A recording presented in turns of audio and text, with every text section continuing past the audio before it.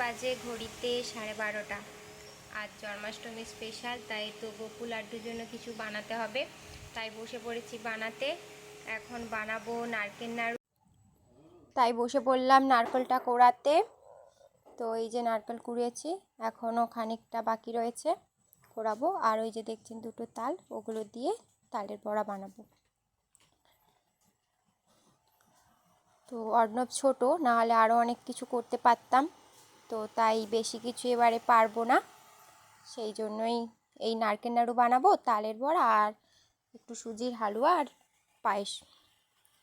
তো এই যে বসে পড়েছি এখন তালের বড়া বানাতে। তো আমি ঠাকুরের জন্য আগে অল্প অল্প বানিয়ে নিয়েছি, সবই নিরামিষ করাই, কিন্তু ঠাকুরের জন্য বানালে কথা বলতে নেই, সেই কারণে বানিয়ে নিয়েছি। আর এগুলো আরও একটু বেশি বেশি করেই বানাচ্ছি, কারণ আমরা তো গ্রামের মানুষ, গ্রামের আশেপাশে ছোট ছোট বাচ্চারা সবাই আসে প্রসাদ খেতে। আর জানেন তো এগুলো বানাচ্ছি আর আমার নিজের ছোটোবেলাটা খুব মিস করছি, যে আগে যখন ছোট ছিলাম জন্মাষ্টমীর এরম পুজো হতো আর ওই পাশের বাড়ি যেতাম, তখন প্রসাদ দিত, প্রসাদ খেতাম বলুন। আর এখন এই ছোটোবেলাটা খুব মিস করি।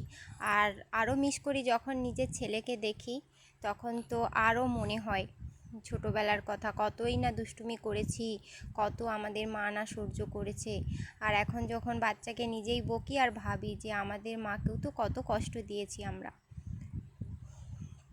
এই কথা বলতে বলতে গল্প করতে করতে আমার বড়াগুলো হয়েও এলো, দেখেছেন লাল লাল হয়েছে বড়াগুলো। তারপর এই যে আমি এখন রেডি হয়ে গিয়েছি, এবার পুজোর কাজ সারবো। তো ফল টলগুলো সমস্ত কিছু সাজিয়ে দিয়েছি, আর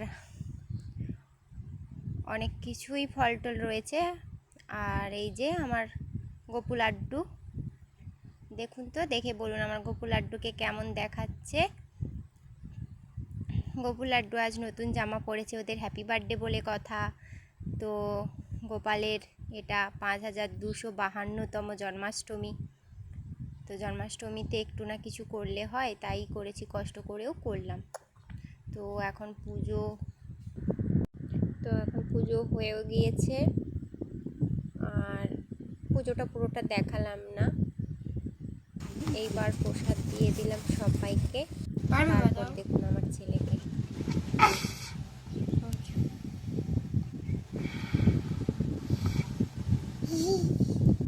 তো ধন্যবাদ, আমার এরকম নিত্য নতুন ভিডিও পেতে সাবস্ক্রাইব করে পাশে থাকুন।